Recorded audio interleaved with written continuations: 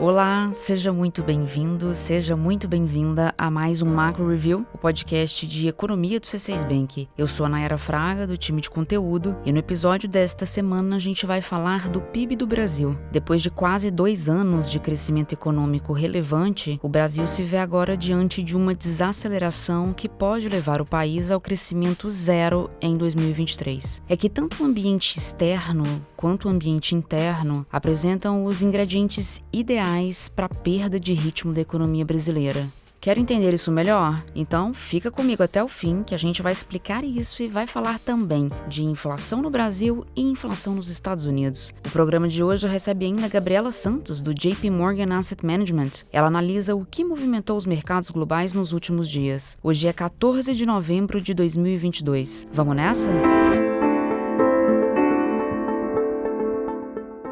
Os sinais de que o Brasil está entrando em um processo de desaceleração econômica estão ficando cada vez mais claros. A gente já tinha comentado aqui algumas vezes que a subida dos juros no Brasil poderia, de fato, produzir esse efeito. Esse foi um papo que a gente iniciou aqui no Macro Review há cerca de 4 meses, mais ou menos. Na ocasião, a inflação persistente no Brasil já indicava juros altos por um tempo longo e o crescimento da economia mundial já tinha sido revisado para baixo nos cálculos do Fundo Monetário Internacional. Agora, essa percepção de desaceleração se consolida ainda mais. Para começar a conversa, vamos olhar para o cenário econômico global, em especial para as grandes economias. Nos Estados Unidos, tudo indica que o Banco Central americano deve manter os juros num patamar elevado por um bom tempo, o que deve resultar num crescimento menor da economia americana. Na Europa, a crise de energia deve levar o continente a uma recessão. A inflação por lá subiu a máximas recordes em todo o continente e é, no momento, uma grande preocupação para o Banco Central Europeu. E na China, o crescimento econômico deve permanecer baixo. Os chineses enfrentam uma crise imobiliária séria que está afastando os investimentos no setor de construção e eles ainda seguem com o desafio da Covid. Apesar de já ter havido alguma sinalização no sentido de flexibilizar a política de Covid-0, os confinamentos seletivos e as testagens em massa continuam na China.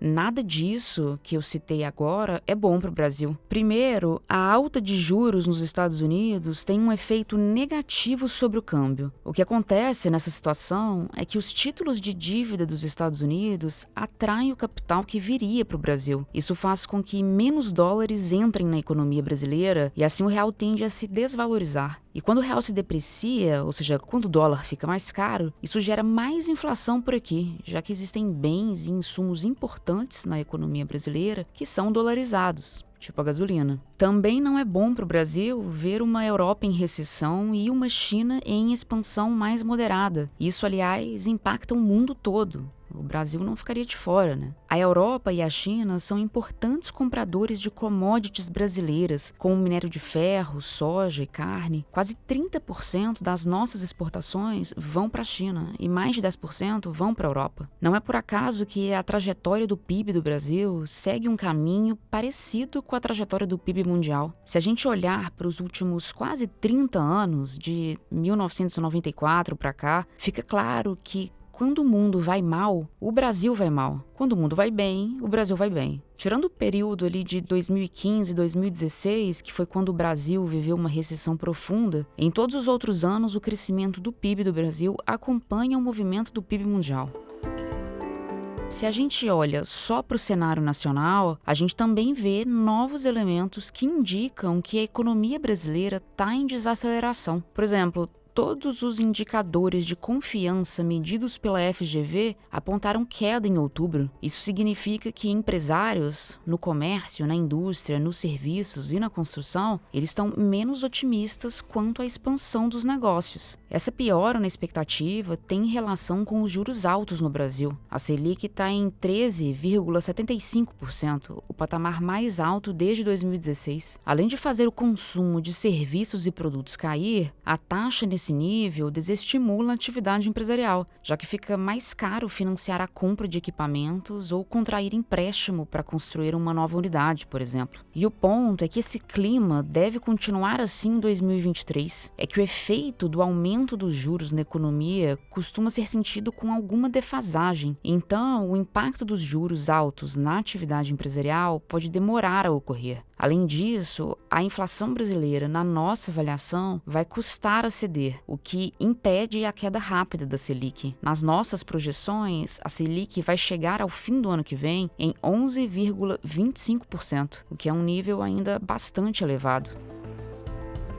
Outro fator que pode interferir no crescimento da nossa economia é a situação fiscal do Brasil. Um dos desafios de agora é a nossa dívida líquida pública, que deve atingir em 2023 o maior nível em 2 décadas. Outro desafio é a provável alteração do teto de gastos. Essas duas coisas que eu mencionei importam porque o quadro fiscal do Brasil está frágil, e isso é algo que o investidor não curte, né? Para piorar, a gente tem uma política fiscal em curso que vai na direção contrária da política monetária. Enquanto o Banco Central está tentando esfriar a economia e reduzir a inflação, o governo brasileiro está trabalhando para elevar os gastos. E isso definitivamente não ajuda a puxar os preços para baixo. É que quando o governo gasta mais, ele contribui para manter a demanda no país em nível alto. A gente já falou isso aqui no episódio passado, o episódio de número 33, mas vale repetir só para a gente fechar esse raciocínio. Para acomodar novas despesas dentro do teto, em vez de simplesmente elevar os gastos públicos, o ideal seria cortar custos em outras áreas menos relevantes. Bom, depois disso tudo que eu mencionei, tá claro então que o crescimento do PIB que a gente viu recentemente no Brasil não deve se repetir. O avanço de 4% do PIB no ano passado e a expansão acima de 2% do PIB esperada para 2022, isso é resultado de uma recuperação cíclica, um resultado aí da retomada da economia depois da pandemia. Em 2023, não vai ter muito o que ser recuperado. Os frutos da reabertura da economia brasileira e da economia global já terão sido colhidos. E outra coisa, os juros não mais se encontram naquele patamar baixo que a gente viu em 2020, início de 2021. Então, não vai ser fácil. E para 2023, então, o que esperar, né? Como deve ser o desempenho do PIB no longo prazo? Já dá para ter alguma ideia? Quem responde para a gente é a Cláudia Moreno, economista que cobre Brasil aqui no C6 Bank.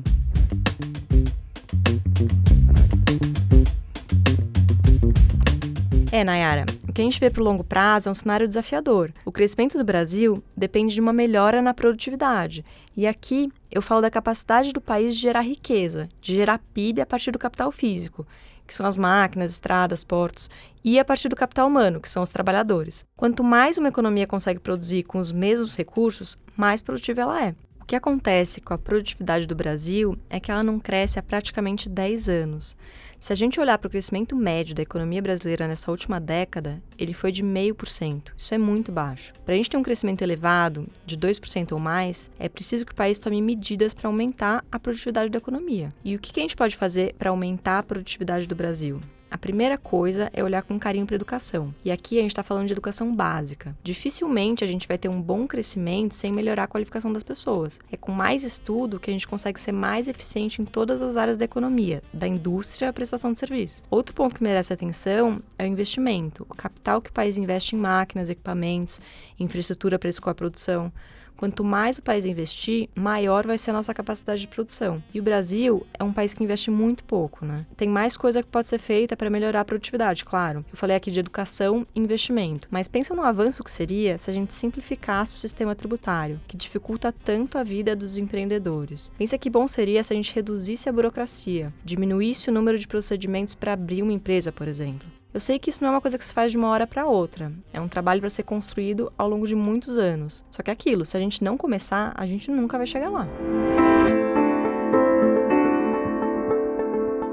Agora a gente vai falar do resultado do IPCA, o indicador que mede a inflação oficial do Brasil. O IPCA voltou a subir depois de 3 meses de queda. O índice avançou 0,59% em outubro, acima do esperado. O que dificulta a queda da inflação no Brasil são os preços ainda elevados no setor de serviços, segmento que inclui academias, bares, hotéis. A alta da inflação nessa categoria é de mais de 8% em 12 meses. E por que os preços dos serviços seguem altos? A primeira razão é a inércia inflacionária, que é aquele quadro típico da economia brasileira, em que os preços de hoje são reajustados conforme a inflação passada. É o caso da mensalidade da escola ou do contrato de aluguel, que sofre reajuste conforme a inflação do ano anterior, sabe? Outro motivo para os preços dos serviços continuarem altos no Brasil é a taxa de desemprego em queda. Não é tão simples assim fazer essa associação, mas vamos lembrar que o setor de serviços é intensivo em mão de obra, ele emprega muitas pessoas. Então, quando o desemprego está baixo, existe uma maior disputa por trabalhadores, e isso faz os salários subirem acima da produtividade. E qual que é o resultado disso? O resultado é que o custo das empresas aumenta, e esse aumento acaba sendo repassado para o consumidor. É por causa disso e da inércia inflacionária que a gente acredita que a inflação vai desacelerar de forma lenta no Brasil. A nossa projeção para o IPCA é de 5,6% para 2022 e de 5,7% para 2023. Bom, fechamos aqui as nossas análises de Brasil. Agora espera só um pouco que eu já volto com o bloco internacional. Partindo para os Estados Unidos, a conversa também é sobre inflação. Lá, os preços subiram menos que o esperado em outubro. O índice de preços ao consumidor, o CPI, ele teve alta de 0,4% no mês, enquanto os analistas projetavam um avanço de 0,6% para o indicador. A alta é menor que a esperada, é verdade, mas ainda não existem motivos para comemorar. A inflação nos Estados Unidos sobe 7,7% em 12 meses. Além disso, observando esse mesmo intervalo de tempo, o núcleo da inflação, que exclui alimentos e energia do cálculo, que são itens voláteis, o núcleo está em mais de 6%. O preço do aluguel em alta está dificultando a queda da inflação americana. O lado positivo é que no mês de outubro, o núcleo da inflação nos Estados Unidos apresentou alta de 0,3%, que é o menor avanço mensal registrado em 2022. E o que isso significa para a taxa de juros americana? Bom, esse avanço mais fraco do núcleo abre espaço para um aumento menor da taxa de juros por lá. Só lembrando, os últimos 4 ajustes na taxa foram de 0,75%. Agora a gente espera que o Fed, o Banco Central Americano, suba os juros em 0,5% na próxima reunião, que acontece em dezembro. De qualquer forma, mesmo com essa expectativa de aumento mais moderado de juros, os obstáculos para reduzir a inflação nos Estados Unidos, de fato, continuam grandes. No mercado de trabalho, por exemplo, tem quase 2 vagas de emprego abertas para cada americano desempregado, o que acaba segurando a inflação lá em cima. Bom, a gente acabou de falar da perda de fôlego da inflação americana em outubro, né? Vamos entender agora como os investidores ao redor do mundo encararam esse resultado? Quem conta pra gente é a Gabriela Santos, estrategista de mercados globais do JP Morgan Asset Management. Ela conversou com a gente direto de Nova York, onde ela está baseada e de onde ela acompanha o movimento dos mercados há mais de 10 anos. Os dados principais da semana passada foram os dados de inflação americana. Lembrando que tudo esse ano nos mercados tem começado e terminado com inflação, expectativas de juros e como tudo isso impacta os mercados de renda fixa, renda variável e moeda no mundo todo.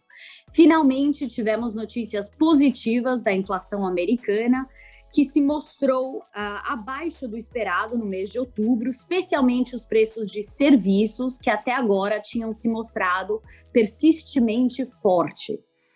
Bom, isso levou a um otimismo do mercado de que possivelmente o Banco Central americano não tenha que subir muito mais os juros.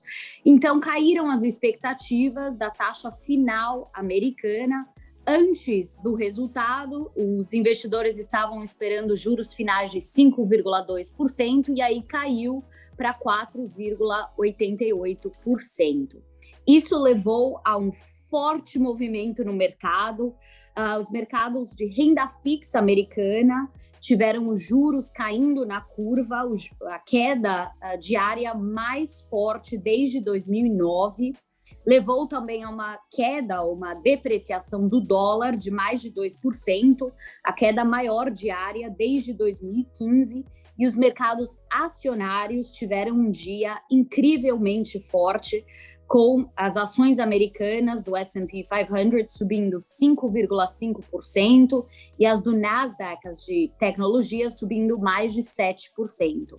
O melhor dia desde abril de 2020.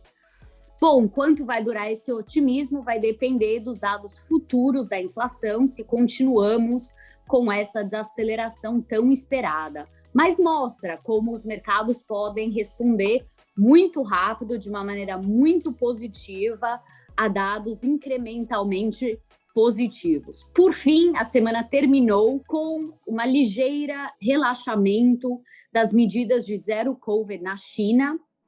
Lembrando que isso tem sido um efeito que tem deprimido a confiança dos agentes econômicos, mas também a confiança do mercado na China.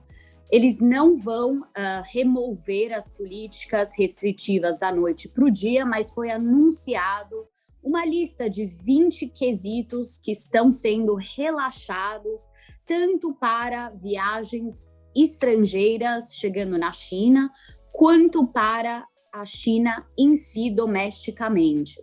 Na margem, isso é algo que melhora muito a situação das pessoas que vivem na China e deve injetar uma confiança extra na economia, finalmente mostrando que a China está começando as suas preparações para relaxar de uma maneira mais expressiva a sua estratégia ao longo do ano que vem.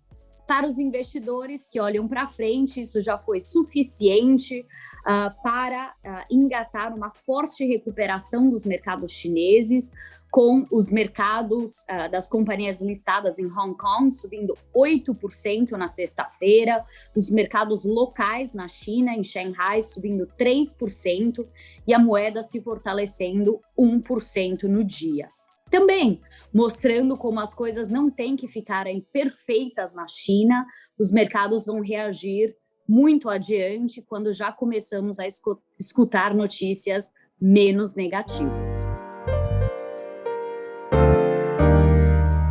Hora da nossa agenda. Eu compartilho com você os principais dados econômicos que nossa equipe econômica acompanha nesta semana. Na quarta-feira, 16 de novembro, saem os dados de vendas no varejo dos Estados Unidos. A expectativa é de que o volume de vendas desacelere, mas que siga em patamar elevado, acima da média histórica. Na quinta-feira, dia 17, o Reino Unido anuncia um novo pacote de medidas fiscais. O mercado aguarda isso com ansiedade. O premier Rishi Sunak, que assumiu o cargo em 25 de outubro, é quem apresenta a proposta. Ele precisa mostrar que vai agir com responsabilidade fiscal para recuperar a confiança dos investidores. Aliás, se esse tema te interessa e se você quer lembrar como começou essa confusão toda no Reino Unido, eu sugiro fortemente que você ouça o episódio 28 do nosso podcast. E na sexta-feira saem os dados de vendas de casas usadas nos Estados Unidos. A expectativa é que a desaceleração das vendas continue em linha com o avanço dos juros nos Estados Unidos.